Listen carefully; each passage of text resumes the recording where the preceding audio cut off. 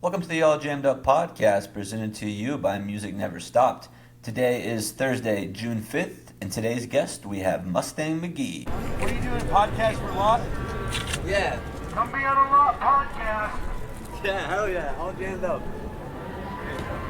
This dude's doing a podcast. If you want to be on some podcast, come give an interview. Hell yeah.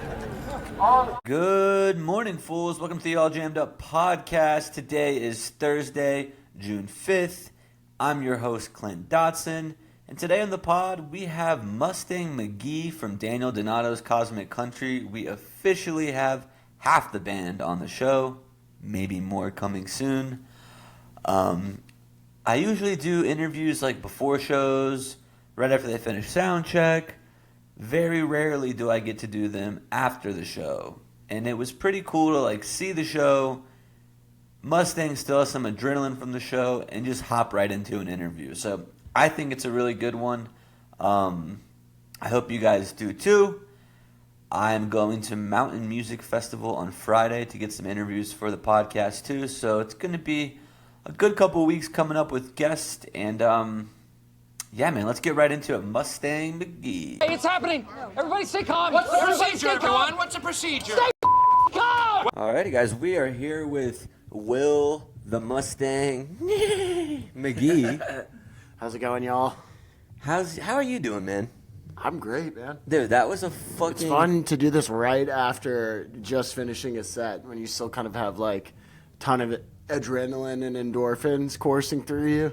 Yeah, So- as me as a fan, too. Like, I typically do these, like, oh, we can grab you 30 minutes in the green room before the show, blah, blah, blah.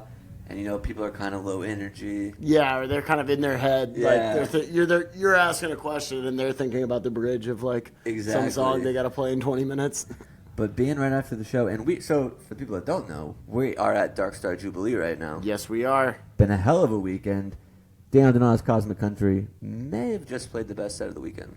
Awesome. I'm glad to hear it. They said record attendance this year too. Really? They had more people than ever at It's this still- DSJ, so that's great. It still feels like a small, like, intimate festival, too. It does, man. Yeah. It does. I think that's like, you know, Rob is such an amazing guy from Dark Star. He just like really brings you into stuff. Yeah. So I think it makes it feel close. So Yeah, man, that was awesome. You guys went crazy. But before we get too into what happened tonight, let's rewind all the way back. Where does the name Mustang come from? that is just a nickname Daniel just gave me one day. You Okay. know, at this point, I've been in the band for 4 years. I'm the old dog, so I've been around for a minute. And yeah, he just one day started calling me that. That was before I even started donning the cowboy hat Okay. or anything. So So it wasn't like you came into Dark Star as Mustang. You became... no, yeah, it's one of those. You know, Yeah. at a certain point on the road, you just sort of like devolve into your own lingo, and like you almost can't communicate with the outside world at that point. You have to like switch gears because when you're in your circle talking, it's just all inside lingo. Yeah. And stuff, and you know, just everybody's got a couple of nicknames at least. So you guys did Rooster Walk Friday, Yep. Louisville yesterday. And was that just your own show? That wasn't like Yeah, a we were at festival the or anything? Mercury Ballroom, Okay. just doing our thing. So Nice, hell yeah. So let's just go all the way back to the beginning, Mr. Mustang. What would you play stand-up bass? Were you classically trained, or did you do the electric bass first? no, I started on electric bass. I was getting real interested in music. My dad is a big music collector. Like, I just watched him collect music. Like, it started out, it was cassettes, just giant stacks of cassettes, and then I went to CDs and then floppy disks, and then he was getting like, you know, early music library software like Music Match, and just like individually burning CDs into his computer, and he had like 40,000 songs or something. Yeah. And that's all CDs that he bought. What and kind of put in music there. was it? I mean, 40,000, you can't really generalize that, but what was kind of his favorite stuff? Definitely like a lot of rock, funk, blues, soul. Not so much country, not much jazz. We're from Memphis, so we have like Okay. a lot of home team energy Yeah. about the music we listened to at the McGee household. Yeah. So, he was raising me on all kinds of good stuff. Like, I think one of the first things I remember seeing where I'm like, I want to do that was Blues Brothers, Okay. the movie, which is Yeah. usually a story you hear from a 50-year-old musician, But And how old are I'm you? just an old head. How old are you? I'm about to be 32 in September. Okay, gotcha. So then at what age were you when all those influences from your dad, loved music growing up, but when did you actually pick up your first instrument? So my brother started playing guitar, and we were just like big sibling rivals when we were kids. We always just wanted to Compete. do our own thing. No, he played guitar, so I was like, oh, all right, well, guitar is lame now. What should I play? What's the opposite of guitar? And my dad's like, well, you should play bass. He probably just didn't want to get me a drum kit and listen to all that shit. But, so he got me a bass. And I remember the first song I sat down and tried to listen to and play. Because at that point, I knew I was getting the bass. I was 11 years old. And I have a little MP3 player. And I'm already thinking about the songs that I want to learn how to play. And I started listening to Sympathy for the Devil by the Rolling Stones. And Keith Richards has just such a primal guitar solo on that song. Yeah. And I was like, my dad's listening to it with me. I'm like, I want to play that part. How do you play that? And he's like, well, that's not the bass part. That's the guitar part. And I was a little disappointed. I was like, oh man, which one's the bass part? And he's like, it's the one going boom, boom, boom, boom, boom, boom, boom. And I was like, that's what I have to do. I literally just didn't even know. I knew I wanted to get into the music, but I didn't even know where I was starting from. And now it's that's one of my favorite bass lines ever. It's an incredible bass line. And so started at 11, and were you doing band at school, or were you in garage bands with your friends? What kind of? The first thing I did was I joined this program in Memphis called the Stax Music Academy, which was an after-school music program, and that just immersed me in jazz, and it was so funny. I auditioned for that to be in this jazz ensemble, and I auditioned with a Rush song. Okay, which one? It's called The Trees. It is the dorkiest Lord of the Rings fantasy metaphorical song about power struggles between trees that represent nations. And this music program is in Memphis. It's in the inner city. It's a predominantly black program. So I'm coming in this super nerdy white boy bassist. I'm gonna play Rush.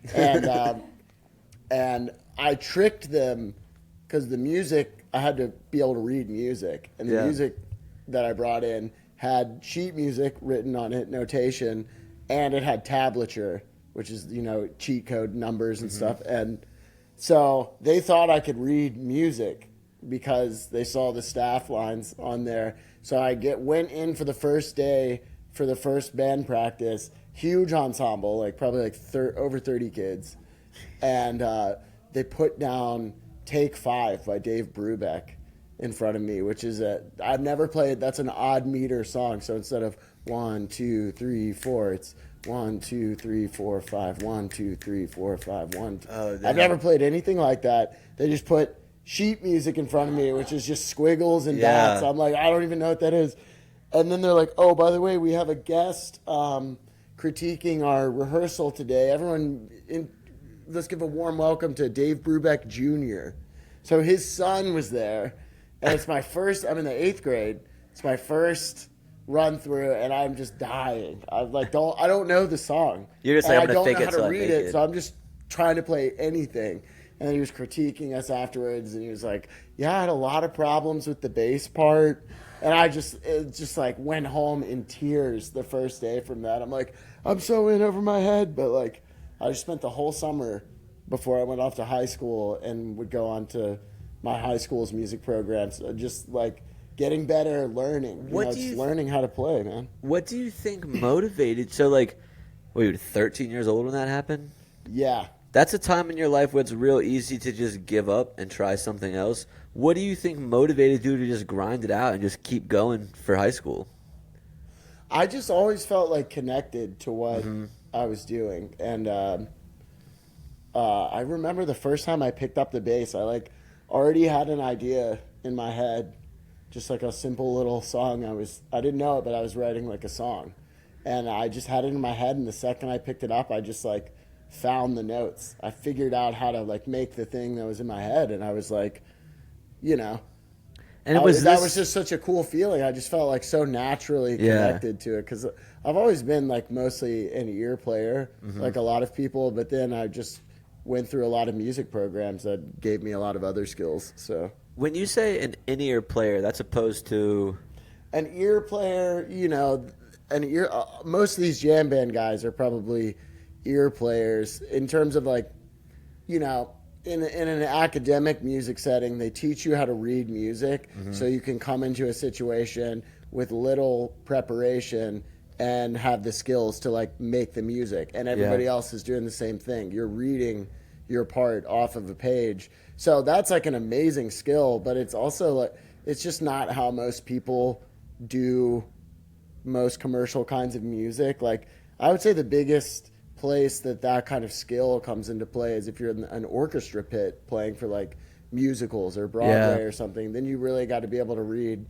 But ear, playing by ear is like just being able to hear anything and then just reproduce it on your instrument. You just have to have this like connection to both things and be able to just dive into that. And I was always, when I was working on music, I was always trying to play whatever I heard, like just copy things. And like when it didn't matter, I learned that from Jaco Pastorius. It's like you should learn the chords, the bass line, and the melody and be able to have all of those things. And like if you're training your ear, you just have a faster connection to like producing the ideas that you hear, which like that happens a lot on stage with Cosmic Country. Okay, nice. So you did like that orchestra ensemble throughout high school?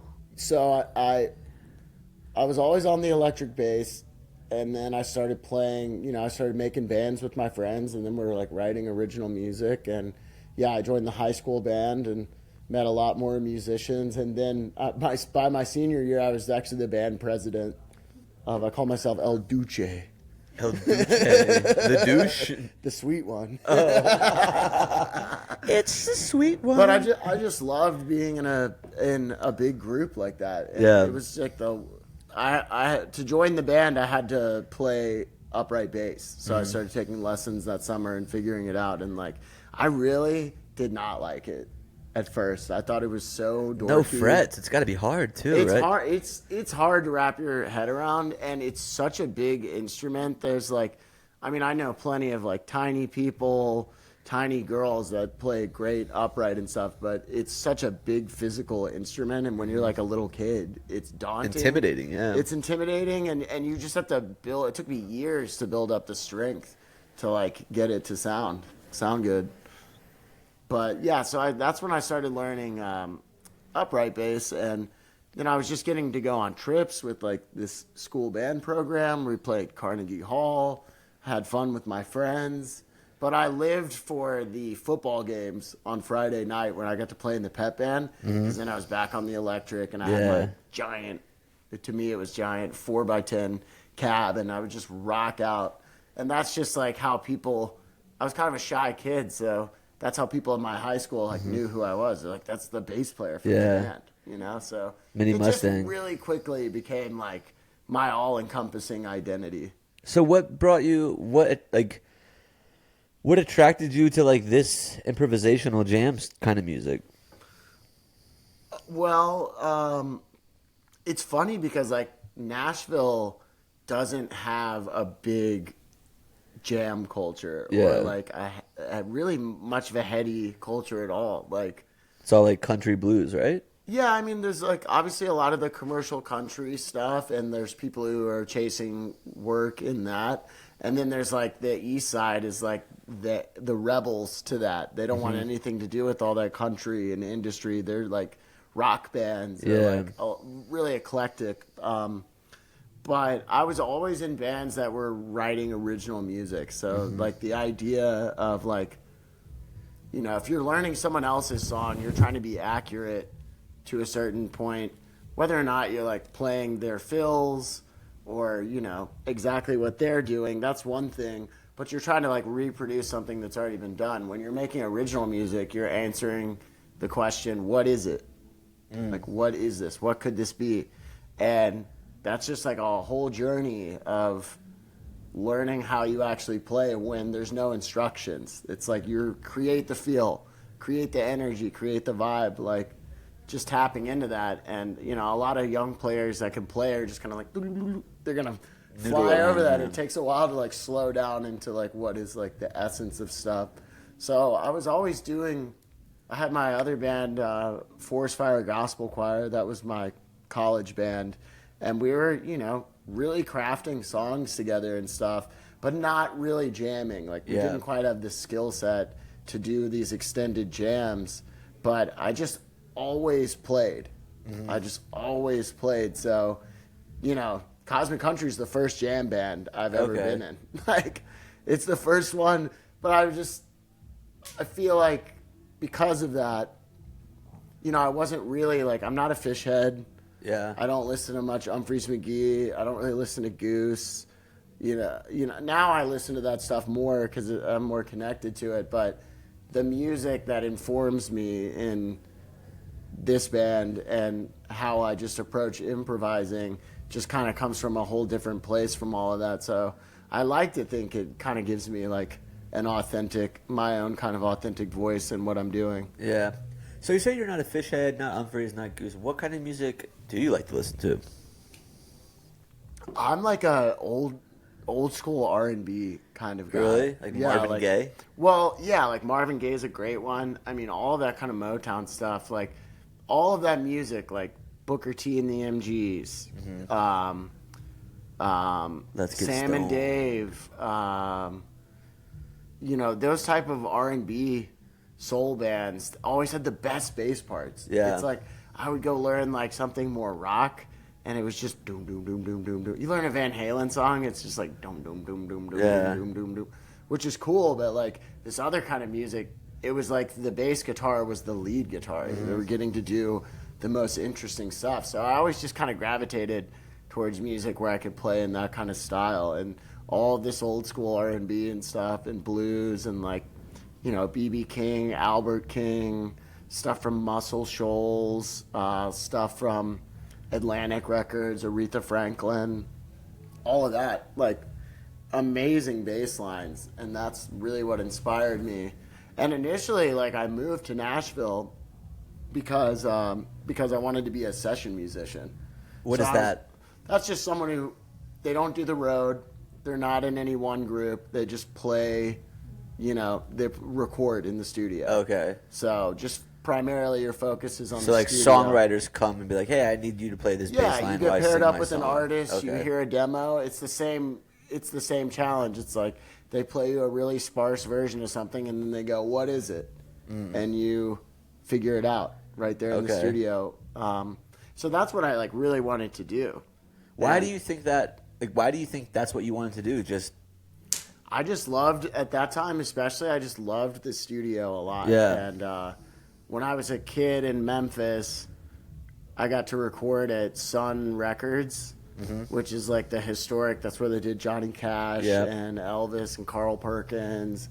And I just like, by the time I'd left Memphis, I had gotten to record there. I recorded at this other studio called Sam Phillips, which is sort of like the expanded Sun Studios. I recorded at Arden Studios, and I just like, I loved creating songs that way. Like from starting out on like a laptop with a Focusrite like that to like going to like legit studios. I just loved like fleshing out a song from just a tiny seed, you know? Yeah, it seems like you kind of touch on this, that you don't really love doing covers. You like kind of the original composition of music, the songwriting process. As a fan, you know, I love a cover because it's something I know, it's something I can sing along with. What do you think draws you so much to that original composition of your own sound and music? I mean, like, I don't know. It's just fun to like express yourself. Yeah. Like with covers, like I said, there's kind of like an accuracy you're going for, and like I don't want to say it's restricting. It's not. But you know, there's just that goal in mind, and it feels really satisfying to take a song like from the laptop to the practice room to the stage, and then you see how that goes over with the crowd. Yeah. You might think something is great. It's so like complex and cool, and people just don't really react to it, and you're kind of scratching your head like, well, I thought that was gonna crush. And then like your simplest idea, they just like love. Yeah. And it's just fun to see the real-time feedback of stuff like that. What kind of songs do you think with Cosmic Country that like you've tried something that like this is really gonna work and it didn't, and then in the opposite end, like songs that are, I think like a song like Sugar Shack that's just like that's such a simple song, but it's people I know love it. that's like the perfect example. Yeah. Of that. Like man, go Sugar. Like you know, it just kept it so simple, but it's just like an undeniable kind of groove, and you know, we definitely have more complicated stuff than that. Really, like, by the time that's on the stage, those issues are mainly dealt with. It's really, you're in the practice room with the band. You've been in there for 6 hours, and you're really gunning for this idea that you believe in, that you want to be in a song, but it's just everything is on the chopping block, just in the name of getting the best thing you can. And, you know, sometimes that idea is meant to come back later, and... So you said that you've been in the band for 4 years now, right? Yeah. How'd you get connected with Daniel? I always knew him in Nashville. Like my bands and his bands would play battles of the band together. I would see him around, but we really got to know each other, I guess in early 2021 or 2020. I was playing with that guy I was talking about before we started, J.D. Clayton. Okay. And he's a great Americana artist. And the drummer of that band had started playing with Daniel also. And we were going in the studio to record with J.D. Okay. And we decided, like, let's bring Daniel into it. Like, we need another guitar player. Like, here's this, like, whiz kid from right here in Nashville that can do it. He's a Nashville home kid? Yeah. Okay. And I was like, all right, finally. We've never actually played together, but now we're locked in this tiny studio. It's probably almost no bigger than this room. And it was like, he's going to know who I am after this. Because, you know, you just meet people all the time, forget their names. So I would meet him over and over again. Yeah. And he'd be like, hi, I'm Daniel. And then after those first couple of days of tracking, it was like we knew who each other were after that, because we were kind of like just having the conversation through our instruments. Yeah, we'd be trying to, and it was cool in that recording situation because it's kind of like what we've been talking about this whole time. Like JD just had very simple demos, and we're all sitting there together, like, all right, what is it? How are we doing this? And some of those songs like got really were out there at first. It took a lot of like reining it in to kind of develop it. There's a song on JD's record called Cotton Candy Clouds, and that is like the perfect example of that. Like if you heard where that started versus where it ended, that song went on a journey to develop. And yeah, we just had a great time in the studio, and Daniel was like, hey, I'm trying to play a lot of shows. Like, are you interested in rehearsing with the band? And that was in March 2021, I think, and that was it. And were you so as the core now, it's you, Nathan, Daniel, what's the drummer's name? Will. That's why I'm Mustang and he's Bronco. He helps us differentiate between the Wills. Yeah. So were you the first one of the band members that's in the band now? Yeah, I was. Did you know the other guys before, like through music? I wouldn't meet Bronco until a couple years later. I met him when he joined the band. Okay. But Nathan, I knew him when he was just Nathan before he became international known talent, Sugar Leg. Old diabetes leg. Well, yeah, exactly. But no, Nathan and I went to college together, so we had some classes together. I always saw his band around. I knew his band guys, and but we never were really in a project at the same time. There was a couple of bands that we were both in, just not at the same time in those college years. So How lucky is Daniel to have found 3 guys that can be doing their own thing? I mean, you guys do your own thing too, but yeah, I mean, in you guys are like a super group almost. we are kind of a super group made of completely unknown bands. But yeah, everybody is kind of a band leader in their own right. Yeah. So it's like you're kind of the captain of your station, and everybody can do the thing where it's like generating the music, creating music, or leading the idea. Everyone could put on the leader hat and develop what You we're guys doing. did it today. There was a song you guys did, kind of maybe the second or third song to the end, and you had that stand-up solo. You're not even. I was staring at you. You're just slapping like you're literally slapping that stand-up bass, not even looking what you're doing. And I have a buddy Jackson who I watch play stand-up bass every Friday, and like I'm always amazed every Sunday. I'm always amazed of him watching him play. And I'm like, how can it get better than that? And then I see you up there, not even looking, just it looks like you're just beating the shit out of you. I really am. Yeah. I mean, like that's what's happening. Yeah, that style is just like the old, early rock and roll, rockabilly kind of slap style. Like Elvis was one of the first people to make that really popular. Yeah. Besides blues guys like Willie Dixon, he had a slap style that was pretty unique. But yeah, that's before. That's like in the days where there's no drummer. Yeah. Like if you listen to a lot of that early Elvis music, you think there's a drummer on there, but there's not. That's just the upright bass player. So go listen to "That's All Right, Mama," and you'll think that was a drum kit, and it's like, nope, that's guitar, bass, and Elvis. That's it. Okay. That's really cool though that like excuse me for assuming, but I would assume like Cosmic Country is your main gig, right? Oh yeah. Yeah. But it's cool that Daniel kind of gives you guys I mean, not these like your boss or whatever, but like that you guys get to do your own projects and like Yeah, man. successful projects too. Like I listened to your what is it, just Mustang McGee is that what's called? Yeah, that's my artist name. Yeah. Horseplay out now. Horseplay, check it out. Link in the bio.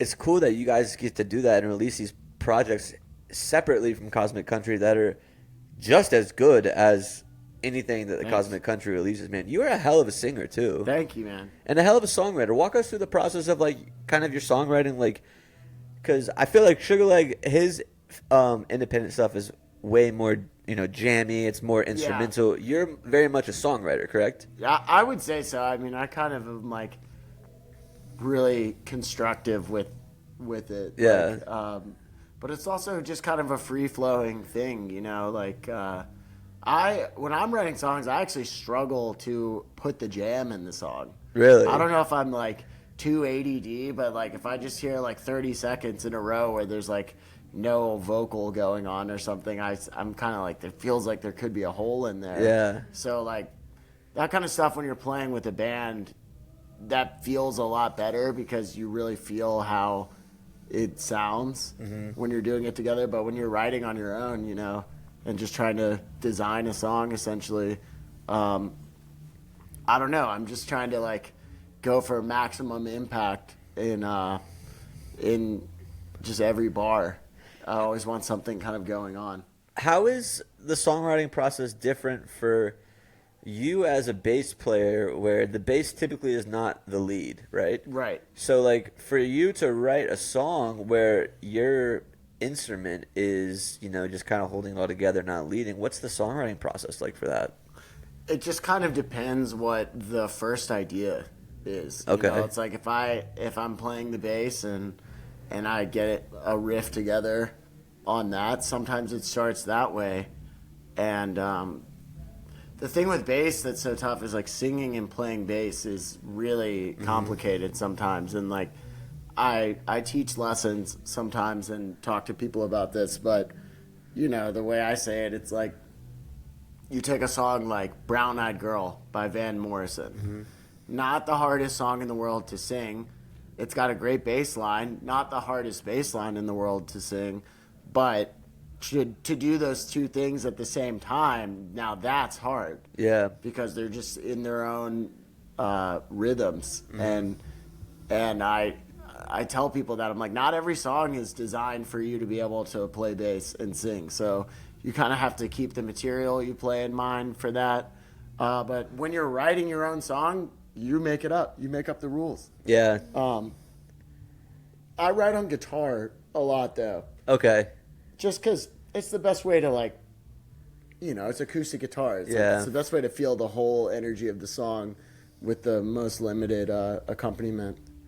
So you do play guitar as well? I do, yeah. I'm not much of a soloer. I'm just okay, but like I know my chords, and usually when I'm writing, I'll just sit down and I'll be playing guitar, and I'll just kind of find a cool progression where I'm like, oh, I haven't really heard something like that before, and I just really start with that. And once I try to think of that first line, this is what I always do. I try to think of the first line. Or sometimes that's what comes first. I think of a line, and I start writing the whole song, and you just get as far as you can with that without stopping. You're like line, line, line, line. Create a section of a song. And then a lot of the times what I'll do is like, just because I wrote that first doesn't mean that that's the first thing you hear in the song.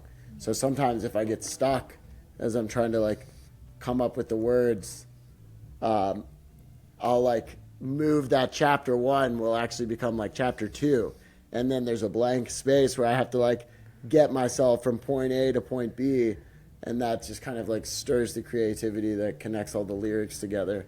But with lyrics and stuff, like I try not to think about it too hard, like no agenda per se. I just am like trying to go with the flow. I feel like if I just go with the flow, it's going to make sense to me more later than if I just sit down and go, well, I want to write a song about like world peace and like late stage capitalism. And like, if I come into something with too many agendas like that, it's going to take so long to make something that specific to my demand. Yeah. So going back to you playing guitar and learning guitar, grew up playing bass, dabbled with guitar, not a soloer. I do my research before these interviews. How influential was your grandpa's flamenco guitar in your guitar learning?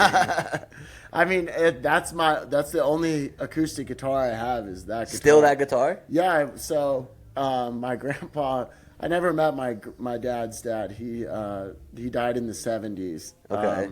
So he had bought that guitar like probably in the early 60s. Mm-hmm. And or really probably in the 50s, and he wanted to learn flamenco guitar, but it's a steel string guitar. It'll just cut you to shreds if you try to play it that way. And he just like a lot of kids, like you were saying earlier, he just lost interest in it. He couldn't focus and didn't really care. It put the guitar up in the attic, and then he passed away in the 70s, and the guitar was just kind of lost. And my dad found it on his 40th birthday. He found it up in the attic. Nice. He took it up to Nashville and had Gruhn's Guitars look at it and appraise it. Because when you find a Martin in the attic, you're like, oh, yeah. Oh my dad knows just enough to be like, oh, we're rich. Yeah.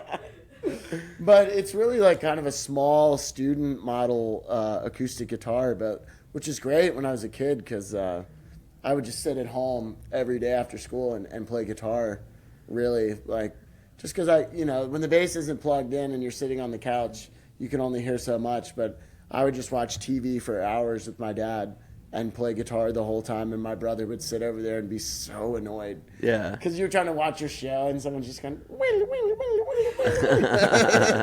he would get so pissed off. But yeah, I mean, I've had a bunch of bass lessons and bass education, and I always just kind of took what I was learning about music from that and then just applied it to guitar. So, I know enough about theory to like know how it works, and I just have spent years just kind of fiddling around with it to get it together. As a player who you said you play mostly by ear, how much time do you spend like deep diving into theory and trying to learn that kind of stuff if you really just are doing a lot of it by ear? I think it kind of comes in waves. Just like what are you interested in? Like, some people feel like a lot of pressure to have everything all together tight on their instrument, like at all times, and it's almost like an anxiety about wanting to be good enough or wanting to like always be prepared for whatever musical situation. And you don't want to get on stage and somebody calls a weird song that you can't wrap your head around and just like bomb up there. Like when you were in 8th grade? Yeah, like that time in 8th grade. I never wanted to feel that way again, so I practice a lot now. No, I mean, like, these days we're playing so much, my practice regimen is really just warming up. But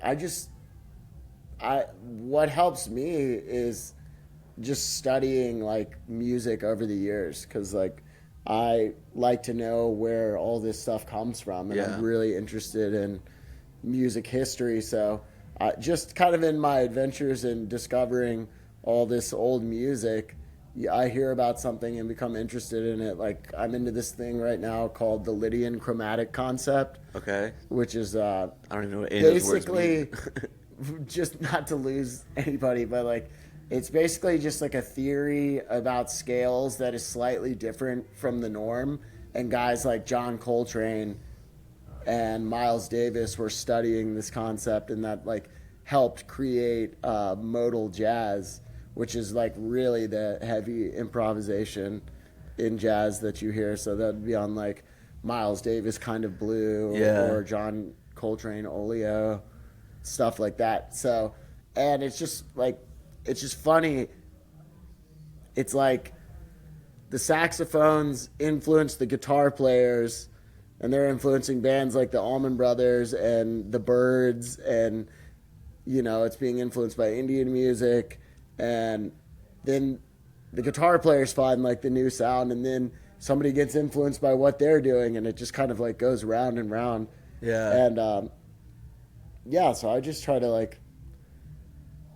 follow just like those guys were doing. I just hear about something interesting, and that's what I want to learn. Yeah. It's not so much about just rudiments and fundamental kind of stuff. That's important.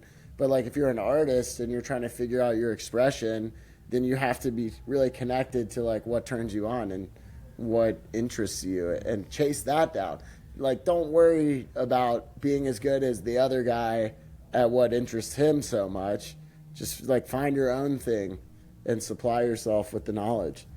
Yeah. You mentioned like how much music you're playing, being in this band and being in a band that tours so frequently. Like, you guys are everywhere all the time. How do you even find the time to like write your own music for Mustang and like make this album? Like how can you even fit that in this crazy schedule that Cosmic Country has? I mean, it took me years to get Horseplay together, because I started working on it before I joined Cosmic Country, and then the pandemic hit, and that delayed things. And, by the time I was just about wrapping it up, I went through what a lot of musicians went through in 2020, just like a identity crisis, basically. Yeah. Like, am I ever going to work again?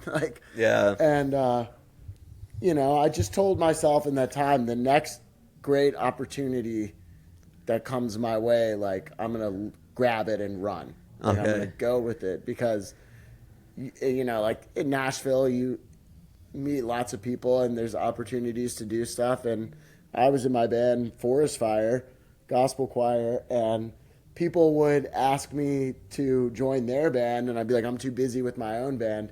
And then that band would like blow up. Yeah. Like Boy Named Banjo asked me years ago to join them, and I was like, nah. And like next year they played Red Rocks, I think, or something. And there's this R&B artist, Yeba. Okay. I went to college with her. Same story. She's like, do you want to play in my band? It's kind of like a funky gospel thing. And I was like, nah, I'm too busy with my own band. And then she was like on tour with Ed Sheeran after that, and recording on the first Tribe Called Quest album in like 20 years. After that, I was, it's bittersweet when you're just looking for the best opportunities you can and trying to follow your heart. And it seems like you get one choice or the other, and whichever one you pick, like that other one just keeps going in the other direction, and you kind of just like live with that. But that's just like the experience of like hunting for opportunities. That you have to miss a couple before you realize like this doesn't happen all the time. Yeah. So when life is just handing it to you on a silver platter, you gotta eat. You got to take it. Well, I mean, it worked out for you guys. It's working out. It's sheer force of will. Yeah. We put our backs into it for sure. Yeah, that's a thing that I think like separates you guys from a lot of these. I think of like the new wave of jam, and it's like you, Eggy, Dogs. Eggy's my favorite jam band, by the way. I You just heard want him. to say it on the record. I fucking love those guys. They're the boys. I saw you had Mike Goodman on. Yeah. Too. Love Mike. What's up, Mike? But yeah, you guys are kind of leading the forefront of like this new jam. I feel like specifically, at least to me, you, Dogs, Eggy, like you guys are kind of like the new jam band. But I think that you four have a craftsmanship and a chemistry that's can't really be matched, and I think a lot of that stems from Daniel kind of letting you guys just take the stage, and like that solo you had, Sugar having like Sugar Shack stuff like that. The guy on the drums, he had a couple good solos today. What do you think brings the band together in that way and allows you guys to have that incredible chemistry? I think like part of it is like we all are similar in the fact that we like old music. Like Daniel loves old country, like everything from like Sons of the Pioneers, like way old time stuff, to like Bob Wills, Bill Monroe, all of Merle. Then you have like the Nashville stuff, like Waylon Jennings, Merle Haggard, that kind of thing, and that's kind of what informs him. Sugar's more of like a blues guy and a kind of a Hendrix guy and 60s psychedelic guy, and I'm kind of like a 60s, 70s R&B rock kind of guy. So like we all have like these older influences that aren't the Grateful Dead and Fish. Yeah, it's a totally different sound. I didn't have my Dead phase until until I joined Cosmic Country. I was like, okay, it's time for me to do this. I've just been so intimidated. I feel like the Dogs guys are kind of like Dead. The Eggy guys are kind of the Fish. And then you guys are kind of this old. That makes sense. That makes sense. Well, you're using all of this old source material and then trying to create something new out of it. So Daniel's playing an old school honky tonk thing, and I'm doing like a sneaky little like Booker T and the MGs swinging groove under it. And then Sugar's got gospel from Arkansas. Arkansas, man. He's got the sauce. Shouts out the boys from Arkansas. I think that Sugar and I like really relate over a lot of the music we like. And you guys do like you help out with Freedom Junction. He helps out with your stuff. Am I correct in that? I have played with Freedom Junction a couple times when I've been tapped. Yeah. And, I love playing with him, and we'll always help him out. And he keeps his music really open, so it's not like he's like, all right, this needs to go exactly like this. And we need to hit this stop. It's just like, feel it. Yeah. Just feel it. And then I left out Bronco, because this is a thing. I have a theory. So Bronco's the oldest member of our band. He's a little bit older. And I say that guys who are in their early teens and late teens in like the 90s, early 2000s, their dad was playing classic rock in the car all the time, and they were just like, I don't want to listen to my dad's music. I don't like ZZ Top. I don't like... Play fucking Boys Like Girls. There's just so much new stuff going on in those 2 decades. Like, you didn't need dad's music. You had like all of your own kind of stuff to get into. But then I just like noticed that guys like Sugar and me, and Daniel, like we're kind of around the same age, and we had all this access to information. It's just funny, like we go backwards into music that is older than us more often than than some older musicians I know. It's like everybody has sort of like a little era that they might have been inspired by. So Bronco's really like our most grounded jam band guy. He understands. He's been in jam bands forever. He understands like the experience of it and like the music. Like he knows string cheese. He knows Fish to the bone. He knows all of this kind of jam band stuff. So it's like nice to have someone in the band that really understands and grew up with the music that way to kind of inform what we're making. It kind of glues it all together. Hell yeah. It's Do you have any shows with Cosmic Country that you're like, yo, that night that show we did in this city, we were so on point that night. Or you guys are so on point all the time. It's like the last show is the best show. I mean, we definitely have shows where like we come off stage like really excited and we just keep moving. It's hard to remember sometimes, but the most recent one I remember really, really enjoying was in Philly at the Ardmore. Okay. When we had Graham Lesh and Reed Mathis come up and sit in with us. So it was just fun because the band was expanded. It was, we had 3 guitar players that night.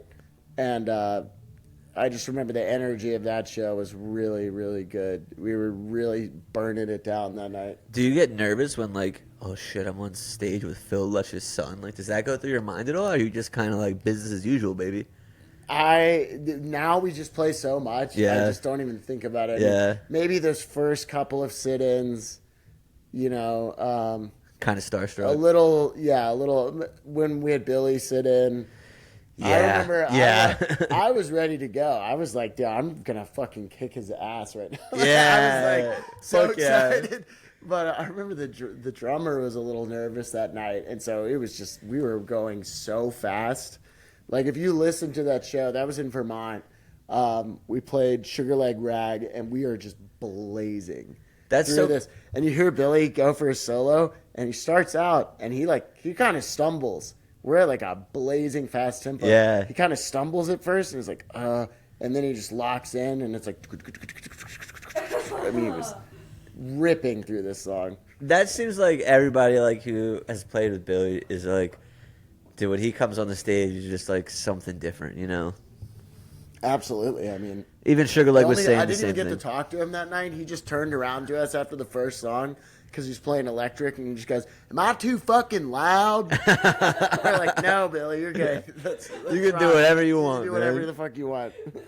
That is so awesome, man. Yeah, man, we're gonna get him on the podcast one day. Yeah. I manifest it. Yeah, You should have him. He seems like a great guy to talk to. So I've listened to him on a couple of podcasts, and it's like he makes the podcaster interviews, the interview guy's job super easy. He's just a rambler. Just let him go, man. Yeah, Yeah, I mean, all of those sit-ins, like, it really is just how much time you have to prepare. I remember that with the Bill Kreutzmann sit-in, that was a hectic Yeah. night. It's like one of our most legendary nights. We played a 49-minute long version of Dark Star, which we did some research, and that's the longest Dark Star ever. that's been performed. Yeah. Damn. At least as far as we can tell. I almost don't want to claim that, but there No, may have you heard it been- here first on All Jam. The longest Dark Star ever. That night we had the guy running monitors was on acid and couldn't figure out how to do his job, and so my mix was really bad. So that was crazy. There was mushrooms involved. I'm Why not is gonna he say doing who. acid before? I know, dude, because he's running sound at a heady show. He got excited, and Are you ever doing stuff like that on stage? I don't do. I don't like to really do that. Yeah. If anything, I might like what I like is like a spritz. Okay. You know, just something light. I don't want to go too heavy into that stuff. There's some videos of us where we were doing that more, and it's like it just makes my job so fucking Yeah. hard. or you're like singing and playing something complicated, and you're just like, how do I even do this? Man? That's like- how am I doing this right now? And you start having thoughts like that, and you're like, oh no. And then, like just other drugs are like, I always say like, like cocaine is the anti-creativity drug for jamming. Uh-huh. It's a terrible, if you were like 'Cause you're in a like- disco band and you're just going do, and that's it. That's great because you don't have to think too hard. But when you're trying to like express and create on the fly, it's just like that is just not a place you want to be. Even while for you're me doing today, that. I was like, I want to get a little saucy for the Cosmic Country show, but I know I got to do an interview after. How can I, stay a little loose, but still stay in the pocket as far as having a conversation? If I had like my ideal pre-show, it would probably be like 2 drinks, a little bit of Red Bull, maybe like 1 toke of the joint, and then I'm good to go. Yeah. And if I had plenty of sleep and I ate, just Yeah. enough food that day, perfect. That's what ready I to think rock. a lot of people don't realize. Is like, yeah, you're playing music and having a good time, but it's like you still got to show up and do your job. I mean, I tell people it's like being an athlete. Yeah. It's like your body is your work. It's like the tool you use to do your job. So like you're like an athlete. You kind of have to like be strict about it and keep track of like making sure you're just taking care of yourself. Yeah. It's easy to get caught up in the fun and Very neglect easy. some things, That's cool that though you guys get to hang out here for the Dark Star show and have a little fun tonight. Yeah, it's nice when we can actually sit Yeah. and enjoy the festival. Sometimes we're just literally like, thank you. See you Right next down to the the next road. place. Yeah. I mean, that's the way it is, though. When we saw Fish play a couple years ago, we would just watch Trey walk right off the stage, hand the guys in-ear monitors, get on a bus, and it immediately drove away. He's like not rolling up his guitar strap. He's done. He's out of there. That's the way it goes. Life on the to the road, next baby. one. So on my podcast, we always, the main focal point is music. We want to talk about music, but the people out there want to know about you.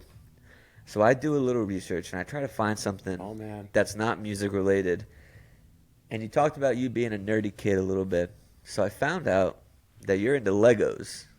Legos. Are you still into Legos? I don't know where you got that one. God damn it, man. Maybe chewing on them. I swear I looked on your Instagram and there was like you had a bunch of old pictures of like Lego creatures like having sex, and I was like, oh, maybe he's into Legos. Oh well, that's just called having a good time. No, I swear to God, I thought you were about to ask me about unicycling. You a unicycle guy? I do. I Well, there we unicycle go. a That's little what it bit. is. How'd you Yeah. get into that? Same just time of life, like 8th grade. I don't know. I just started having really weird interests in 8th grade. I was really into like 60s R&B and unicycling. You were a weird kid, huh? Well, I had a buddy. It was like kind of a fad that ran through our 8th grade class. Like my buddy Davis started unicycling, and all of us were just like, whoa, that's so. We started a club at school, and all started unicycling stuff. I used to go to the Memphis Unicycle Club, which was like another inner city after school program. But man, I mean, these guys were just ripping it up on the unicycle. I'm talking like laying on the seat, pedaling with their hands, with their legs in the air. I believe that, dude, because It was so cool.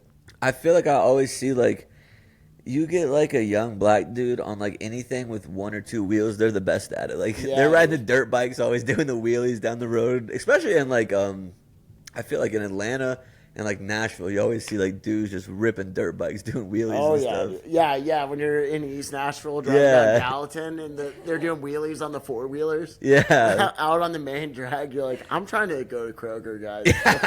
Like, come on. I don't know. I just always kind of liked things that like stunned people Yeah. in some way or another. So that was like just a nice little way to like wow people when you get on a unicycle or something. It's just I guess I've always been kind of performative like that. I always need kind of a shtick to work.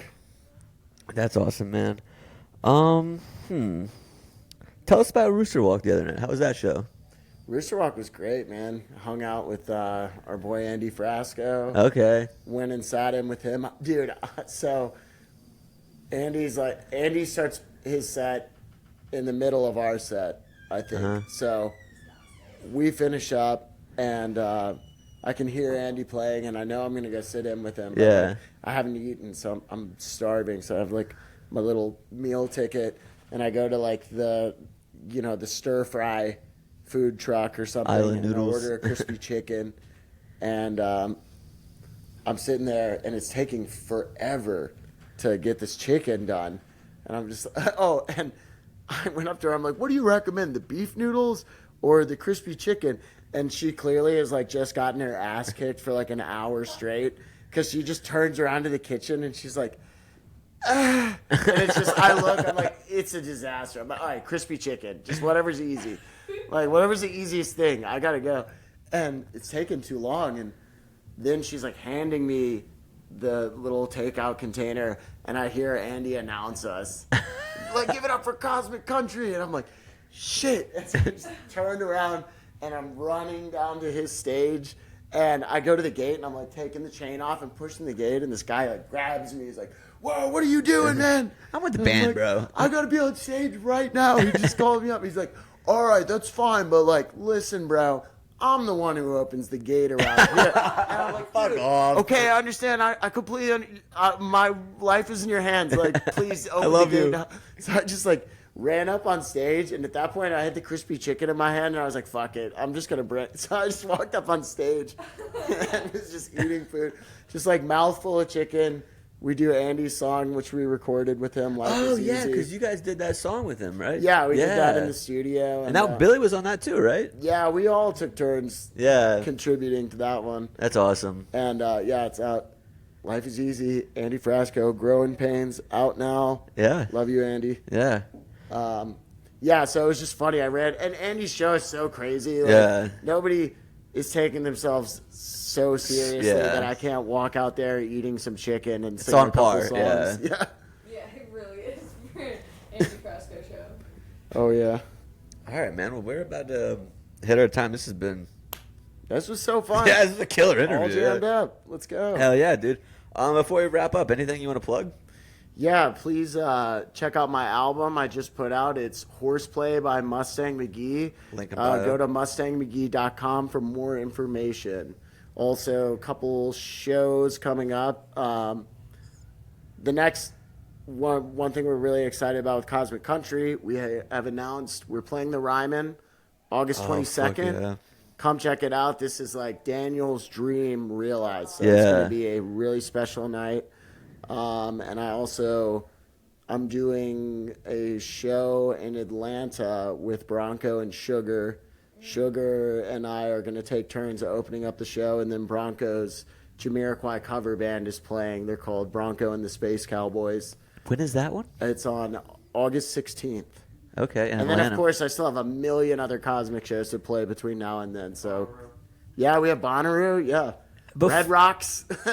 Yeah, I wanted to get so I'm doing a festival in Asheville July 19th. It's like a little Cool. mini one, and I wanted to get Freedom Junction to come play, but you guys are in Red Rocks. Yeah, And I was sorry, like- man. and I Can't was miss like- that one.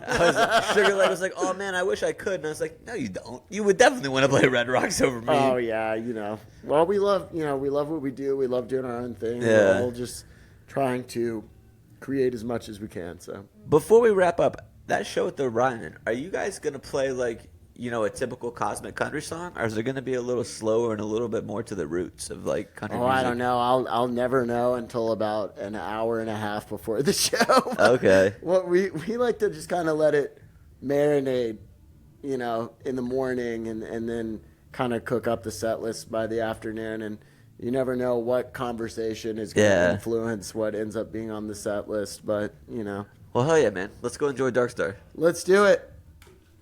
Thank you. You just got jammed. Welcome back to Chloe's Corner. It's my corner, I could cry if I want to. I always feel like a radio host at that time. Yeah, I'm a pop star. Welcome to Chloe's Corner. We should do intro music. We should make. You know how you have your intro? Uh-huh. I'm gonna make my own. Yeah? Yeah. Yeah, I'm gonna make my own. It's gonna have crazy flash art, crazy clips, crazy. It's gonna be crazy. You doing somersaults? It's gonna be a movie. Just a 20-minute long intro. And it's just all the times you said welcome to Chloe's Corner. Why is he barking? Isn't the door open? I don't know with that guy. A quick little Chloe's Corner this weekend. I want to hit on, we did go see Dark Star again. When they came to Asheville, I was at work, but managed to convince my charge nurse to let me add an hour early, so I got there right at set break, and I personally think the second half of that set was better than all three sets at Dark Star Jubilee. Really? All 3 nights, yeah. I think, but you made a really good point. We were there with all of our best friends. Yeah. And just like people that make us smile all the time. And the environment was really good. The vibe was very, very nice there. Yeah, it was. And last week on Chloe's Corner, Chloe asked me, what's that Karina song? And I was like, Karina! And she was like, you can't just say the title. And then they played it again this weekend, and she was like, oh, I get it now, I get it. I guess those are the only words, really. Yeah, I don't even know the other words, I just know that part. Yeah, I don't They think had a crazy drums in space. They went techno. Yeah, it was like a dubstep party in Someone came up behind me. It was that guy we met when I first got there. there. John? Yeah. He came up, you were in the bathroom, and he was like, I just left the bathroom and it got super techno. And he's like, I just came out really confused as to where I was and what was going on. And I was like, it started off as a regular drums. Yeah. It was all good. And then all of a sudden it was like, beep, boop, bop, bop. It was kind of boop, fun. boop, bop, bop. At first I was The like... beginning was weird. But then they... Yeah, at first I was like, I don't know how I feel about this. The first and then, maybe minute of it were just beeps. Like, and not rhythmic. Yeah. Beeps, just beeping. And then... It got there. It got to kind of techno-y, which I do fuck with. What? I'm back. I'm beautiful. I'm shaking ass. I had to let Kid out. quick little pause there.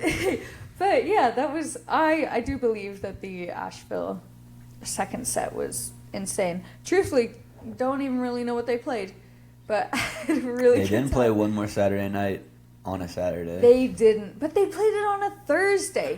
That was a fire set they played too, that one in Charlotte. I agree, but I do think that there should be, you can't play a song about Saturday on a Thursday.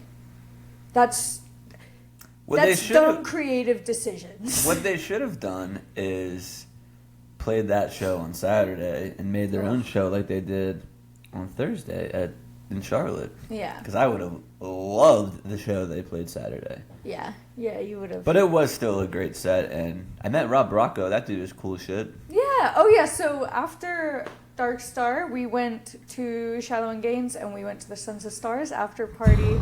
Let me tell you. Ooh! So we got there, and I think we were the first ones of our group to arrive. Hannah was there. Oh, yeah, she was there, yes. And Shelby, I believe. But anyway, but from the Sons of Stars show, I think we were like, from the Dark Star. Yeah. So we get there, vibes already good. They're playing like their normal bluegrassy stuff. And Alex called me out, that fucker. Alex did call you out. Yeah. Buddy, you don't gotta be calling. Clint walks in, we're dancing, whatever. And Alex just goes, raise your hand if you're more spun than Clint. I was like, I'm not even spun. Yeah, come on. Give him benefit of the doubt, brother. You don't know what we're on. But they played a fucking incredible show. The dancing that we all did. We took over that entire... We took over that place. Fire Ride Me High. Oh, what was that they did into? Was it... New Speedway, what is that song called? New Country Blues. New Country Blues. New Speedway. New Speedway Boogie. I think it's a Grateful Dead song, right? Oh. Yeah. New Country Blues into All Fall Down. Yeah, they just did like the Whirly Pig is coming like during the chorus. Yeah, they like phased in and out. Yeah, of that each was other. that was probably the best show I've seen them play. I have not danced that hard in my life. Everybody there was dancing. We too. all went to Sons of Stars again on Sunday the next day. And everyone that was there the night before was like, are you sore? Yeah. Like, all of us had cramps. All of us were like walking a little.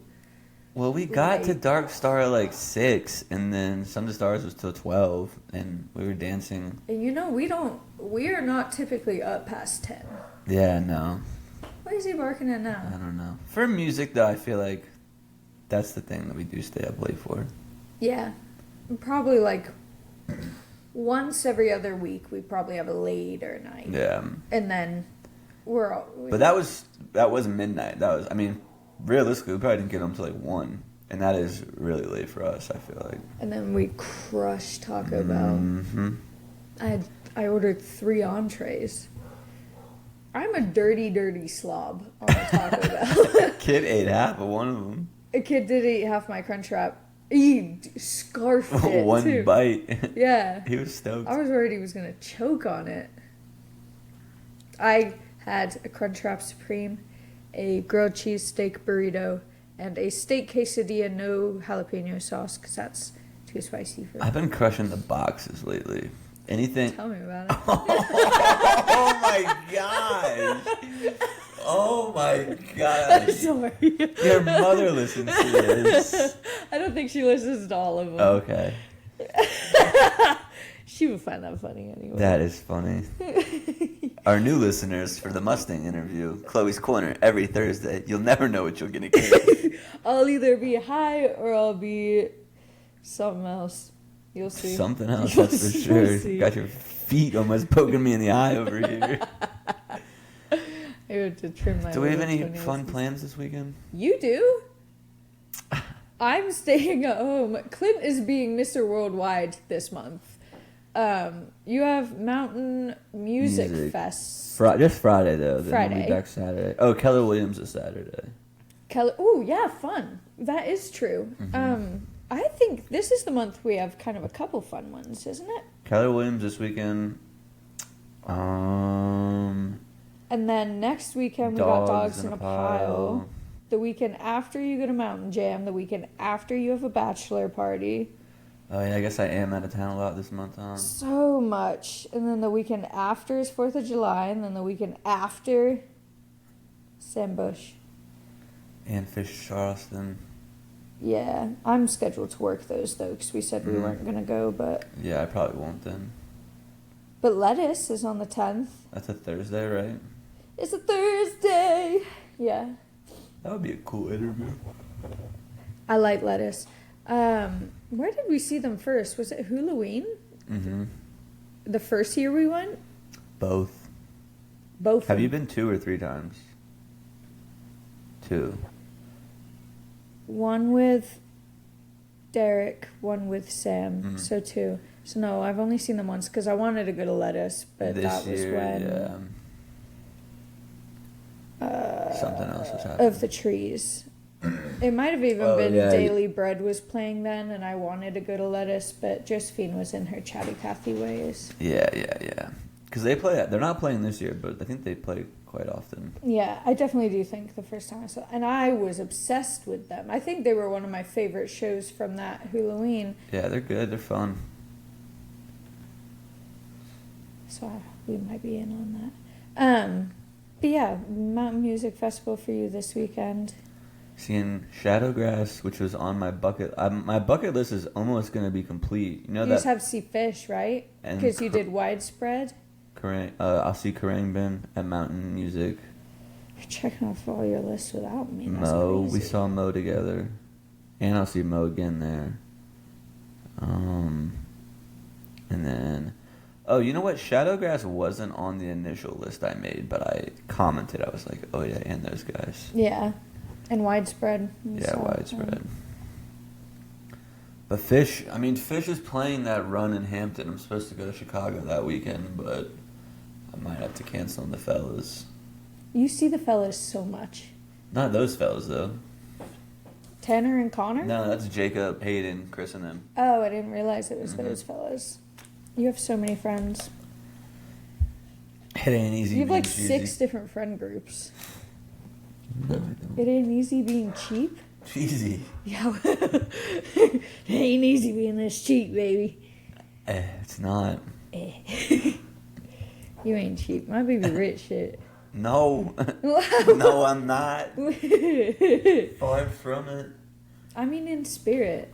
In spirit, my vibes are Yeah. wealth. That's all I mean. I'm in deep wealth of vibes. Someone, I think it was at work yesterday, but someone was talking to me about like, oh, do you pick up overtime? Do you do this? Do you do that? And all my answers were no. And they were like, so you just like work your 3 days? I was like, I need you guys to know I need money. I do not care about having money. Yeah. I was like, I'm going to work my 3 shifts, and then those other 4 days, I'm going to sit smiling. I want to work never. Dude, hands up, you got me. If I never had to work a day in my life, I would be the happiest person. If I could just meander about. day and night, just meandering. I When can people are like, "What's pick your up little dream side job?" gigs. I'm like, I don't dream of working. I guess it would be like if I could get paid to do the podcast, that would Yeah. be my dream job. But I don't really consider this work. Yeah. It's like fun. I mean, it is a lot of work, but it's not like But it's not like it's not a job. yeah, to it's you. not like labor. And that's like if my dream job, and it's so dumb, I want a half coffee shop, half plant store. That's not dumb. That's pretty cool. I don't know anything about coffee or plants. Yeah, And I want I didn't know anything about podcasting. and I want the whole back wall, so it'd be half coffee, half plant. The whole back wall is a bookshelf. I was gonna say, yeah, I feel like you need books in there too. Absolutely. The plant part can be a greenhouse. I feel like Asheville's the greatest place. Like that business would thrive here. It really would. And I know it would. But what do I know about businesses, coffee, plants, or books? You read books, you drink coffee, you buy flowers. Aw, you're so right. I'm a very simple gal. Yeah. So if you have $1 million you want to invest in our businesses, let us know. I'm looking at you, B. If you want to support his passion project, you might want to plug in and start supporting mine. Oh man, he's gonna like that one. Anything else? I made a funny joke at Dark Star Orchestra this weekend, You did. and you called me out on it before I was dancing, and while dancing, I looked at Chloe and I was like, you know how they say like if you keep doing things, you'll get good at them. And before I even said I was talking about dancing, she just started laughing at me. She was Yeah. like, haha, yeah, you can't dance. And neither of us can. We are not dancers. What do you picture when you dance? If it's like, so it really depends. Like sometimes I get locked in on like just the music. Sometimes if it's like light outside, I watch my shadow. I like look at my shadow and see what I'm doing. Yeah. Sometimes I just like feed off of the people dancing around me, and like Yeah. I'll kind of match their energy. Like sometimes if people are just slow, I'll be slow. But if I get like the other day we were close to the Spinners, I got sucked in a couple Oh, times. dude, Yeah. I've always said that I don't picture myself being a spinner because I get dizzy really quick. I was spinning. I was a spinner. I feel like when I'm stoned, I don't really dance. I just kind of lock in on the music. I think a majority of the time I lock into the music. I'm very like unaware outside of this. Yeah, same. And like obviously that extends to you if you're there with me. My like extension reaches you, but other than that, I am not aware of what's going on. If I have a drink on the ground, I know where that is. and I know Sometimes where I'm you just are. like, Most of the time I knew where you are. sometimes I do You beat up. meander. Yeah. What was I gonna say? I don't remember. I picture myself as a vine because I do a lot of like wavy. Yeah. I Sometimes picture I'll myself just as a lock vine. in on like one guy playing an instrument and just like see if I can just like isolate every The other way sound. you were looking at Alex the other day, it must have On been at Saturday? Shiloh Gaines. No, it was Sunday. Oh Sons yeah, of it was Stars. Some Stars. You were just Some- staring at his hands. Yeah, because I'm like trying to learn guitar myself, and I'm like, how does he do these things? And I thought you were looking directly at Jackson because his Yeah. neck of his guitar was like blocking Jackson. And I turned to Clint and I was like, you really do love him, don't you? And you're like, it's Alex's hands. Yeah, it was just crazy. Jackson did sing Swan in Another Tunnel the other He day. did. I love when I was in the bathroom and they were like, we're gonna let Jackson We're gonna sing. let Jackson sing. And I was just like, zip right out of there. Yeah. Yeah. As soon as they said that, I yelled, where's Clint? I had my little drinking shoes on. You did have a couple bevies on Saturday, didn't you? I did. I had a little buzz going. No, you never drink. I don't. But if I look up and I see a Flat Rock cider on the menu, and I'm going to give homage to our cabin and buy them. Is that what you were drinking this weekend? Shiloh and Gaines, yeah. Yeah. But there was Bold Rock at the Yards. The Yards. Those ones are pretty good though too. I forgot how good ciders were. I hadn't had them in so long. I was drinking ice cold Miller Lite at Shiloh and Gaines. Yeah, Shiloh and Gaines. That's the thing with those like bigger venues. You gotta pay like. I guess it wasn't really that bad for a venue. It was like $9 for an IPA. Yeah, because ours They were together came to 18. They were all the Asheville Brewing and Pizza next door's beers too, which is kind of cool. That is cool. But I think they had one Sierra Nevada and Well, they had a Bulldog. maybe it was just the beers that were that brewery. That makes sense. Could you hear that in there? My swallow. I don't know. We'll have to ask the listeners. That'd be awesome if they did. Okay, this went a little longer than I Yeah, expected that's it alright to, though. but Great you episode all. today. I fucking loved the interview with Mustang McGee. That was awesome. Did we maybe talked about how cool that interview was last time, but he was a very, very cool guy. He was a very good interviewee too. Like, He was very nice. yeah, he was a man. Yeah. The Cosmic Country is the fucking way to go. Those are the fellas. Yeah, they are the fellas. They're all so nice. See him again this weekend, huh? You will. Yeah, Friday. Tomorrow. When this comes out, it'll be tomorrow. Tomorrow. Or if you're listening Friday, today. Or Saturday, yesterday. Oh! So then you better wait and see. You better wait who and gets see. talked to. Monday will be... Who is going to be Monday? The fellows from Shed Bugs. They're playing at the All Jammed Up Festival. Buy your tickets, July 19th. Yeah. Oh my gosh, they were also so Yeah, sweet. that was a cool interview. It was good to get to know those guys a little bit more. I've only Yeah. listened to some of their music and never got to meet them, so was stoked to get to know them a little better. I think that'll be people like that episode. And I think they said that after the All Jammed Up Fest, they have another show. So if you Yes. love them so much, which you will when you come and see them at our festival, go see them later that night. I'll have to recall where they are going. I think the Rad. Yeah, I think that's what they said. I think so. But keep up with Shed Bugs. They were so sweet. Also, happy birthday, Luke. Love you. Oh, will it be his birthday when this comes out? No, it's not till No, Sunday. yeah, not yet. Alrighty. Oh, yeah, no, we're good. Okay. Have a great weekend, you guys, and remember, wherever you are right now is exactly where you're supposed to be. Come along, have a drink with me. We can talk about the world and how the world is turned so slow. Day that I found cars they drive and planes they fly. I look into the sun and the sky, you're so bright. It's you that I have found. Oh, and I know there's not much longer now. Or if the world would just slow down.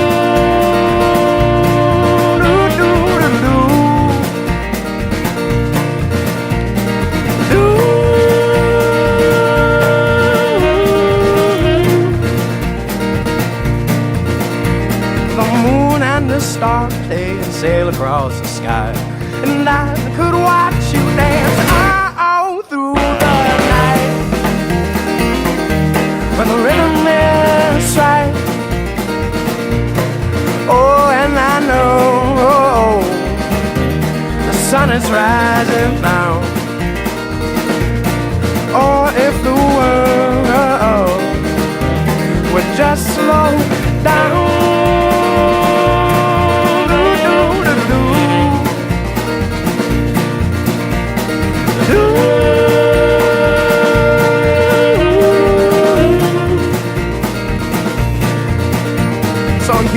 With me and I'll move with you, and I could spend the rest of my life by your side.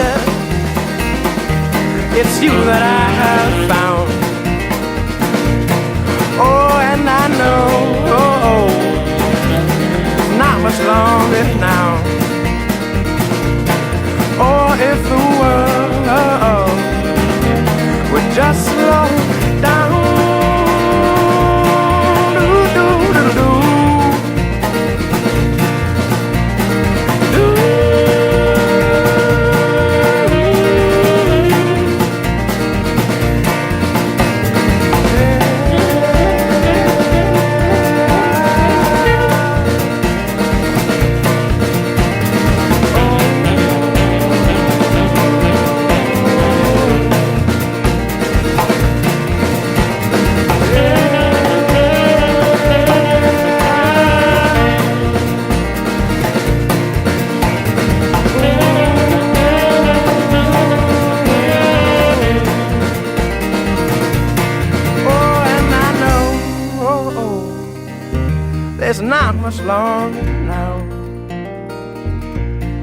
or if the world would just slow down.